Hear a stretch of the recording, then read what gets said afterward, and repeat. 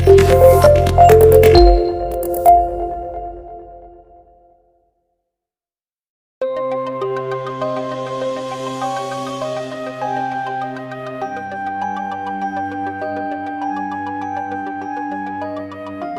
kalian yang tinggal di tanah Sunda ataupun Jawa, pernah mendengar sebuah mitos tentang larangan pernikahan antara orang Sunda dan orang Jawa. Begitupun sebaliknya. Mitos tersebut diyakini telah ada sejak ratusan tahun yang lalu dan dipercaya oleh sebagian rakyat di tanah Pasundan dan Jawa secara turun-temurun. Meskipun mungkin di beberapa daerah mitos tersebut telah memudar dan hilang seiring perkembangan zaman, namun masih ada segelintir orang yang masih meyakini dan menerapkan aturan dari mitos tersebut. Nah, lalu bagaimana sih awal mula mitos larangan pernikahan antara orang Sunda dan orang Jawa tersebut muncul?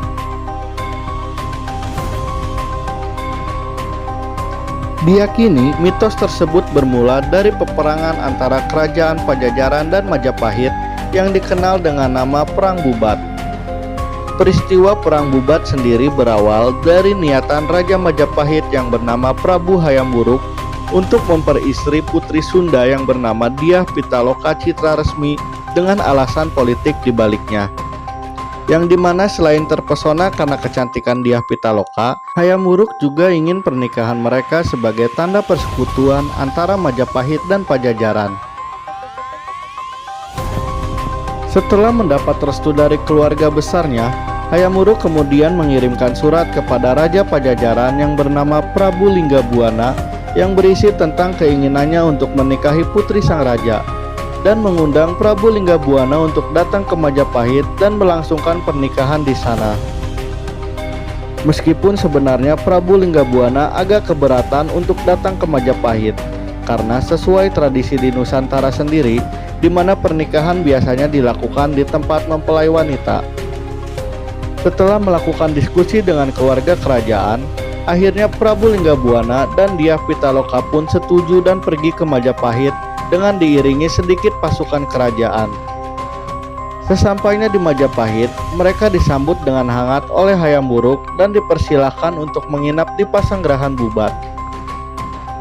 Menurut Kidung Sunda, Patih Gajah Mada melihat sebuah kesempatan untuk menaklukkan kerajaan Pajajaran. Gajah Mada ingin melengkapi sumpah palapa yang ia buat pada masa sebelum Hayam Wuruk naik tahta, di mana sumpah tersebut berisi tentang niatnya untuk menguasai seluruh wilayah di Nusantara. Dan dari semua wilayah di Nusantara, hanya kerajaan Pajajaran yang belum ditaklukkan oleh Majapahit. Hal itulah yang membuat Gajah Mada melihat hal tersebut sebagai kesempatan untuk melengkapi sumpahnya. Kemudian, Gajah Mada pun menyampaikan niatannya tersebut pada Hayam Wuruk. Tetapi hal itu ditolak oleh Hayam Wuruk karena ia benar-benar ingin menikahi Dyah Pitaloka dan tidak ingin mengecewakannya. Namun pada akhirnya Gajah Mada tetap pada pendiriannya walaupun tidak disetujui oleh sang raja. Kemudian Gajah Mada pun menyampaikan pada Prabu Linggabuana jika pernikahan putrinya dengan Hayam Wuruk adalah sebagai tanda takluk dan penyerahan dari kerajaan Pajajaran pada Majapahit. Prabu Linggabuana yang mendengar hal tersebut marah besar dan merasa telah dijebak oleh kerajaan Majapahit. Para utusan kerajaan Pajajaran pun memaki-maki Gajah Mada hingga terjadilah cekcok antara kedua belah pihak. Meskipun mendapat kritikan dari Hayam Wuruk, namun Gajah Mada tetap pada pendiriannya. Ia pun mengirimkan pasukan Bayangkara ke Pasanggerahan Bubat dan mengancam Linggabuana untuk mengakui takluknya Pajajaran pada Majapahit. Karena demi harga diri kerajaannya, Prabu Linggabuana menolak ancaman tersebut. Hingga terjadilah sebuah peperangan yang tidak seimbang antara Gajah Mada dengan pasukannya yang berjumlah besar melawan pasukan pengawal kerajaan Pajajaran yang berjumlah kecil. Peristiwa itu pun berakhir dengan gugurnya Raja Linggabuana beserta para menteri, pejabat kerajaan, dan segenap keluarga kerajaan Sunda di Pasanggerahan Bubat. Tradisi menyebutkan sang putri Dyah Pitaloka Citraresmi dengan hati yang berduka melakukan bela pati atau bunuh diri untuk membela kehormatan bangsa dan negaranya. Di mana menurut tata perilaku dan nilai-nilai kasta kesatria, tindakan bunuh diri adalah sebuah ritual yang dilakukan oleh para perempuan dari kasta tersebut jika kaum laki-lakinya telah gugur. Yang dimana perbuatan tersebut diharapkan dapat membela harga diri sekaligus untuk melindungi kesucian mereka dari kemungkinan dipermalukan atau diperkosa, dianiaya, dan diperbudak oleh pihak lawan.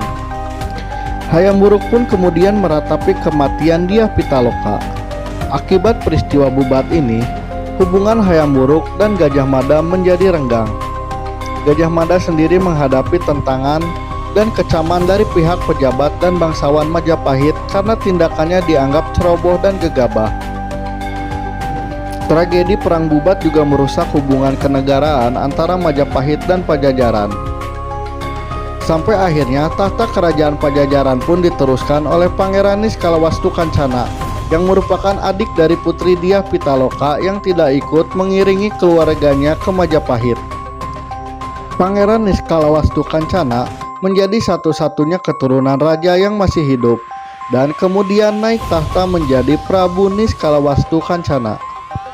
Prabu Niskalawastu Kancana yang menyimpan dendam dan kebencian pada Majapahit karena telah membunuh keluarganya membuat sebuah kebijakan. Di antaranya adalah memutus hubungan diplomatik dengan Majapahit dan menerapkan isolasi terbatas dalam hubungan kenegaraan antara kedua kerajaan tersebut. Akibat peristiwa itu pula, di kalangan kerabat negeri Sunda diberlakukan sebuah peraturan larangan istri tiluaran yang isinya diantaranya tidak boleh menikah dari luar lingkungan kerabat Sunda, atau sebagian lagi mengatakan tidak boleh menikah dengan pihak Majapahit. Kemudian peraturan ini ditafsirkan lebih luas sebagai larangan bagi orang Sunda untuk menikahi orang Jawa. Nah, kebijakan inilah yang kemudian berkembang secara turun-temurun hingga menjadi sebuah mitos di kalangan suku Sunda. Itulah awal mula munculnya mitos larangan pernikahan antara suku Sunda dan suku Jawa. Terlepas dari benar atau tidaknya cerita tersebut, kita sebagai umat beragama harus lebih bijak menyikapi sebuah mitos. Oke, mungkin segitu aja video kali ini. Jangan lupa klik like, comment, and subscribe. Bantu channel ini agar bisa terus berkembang.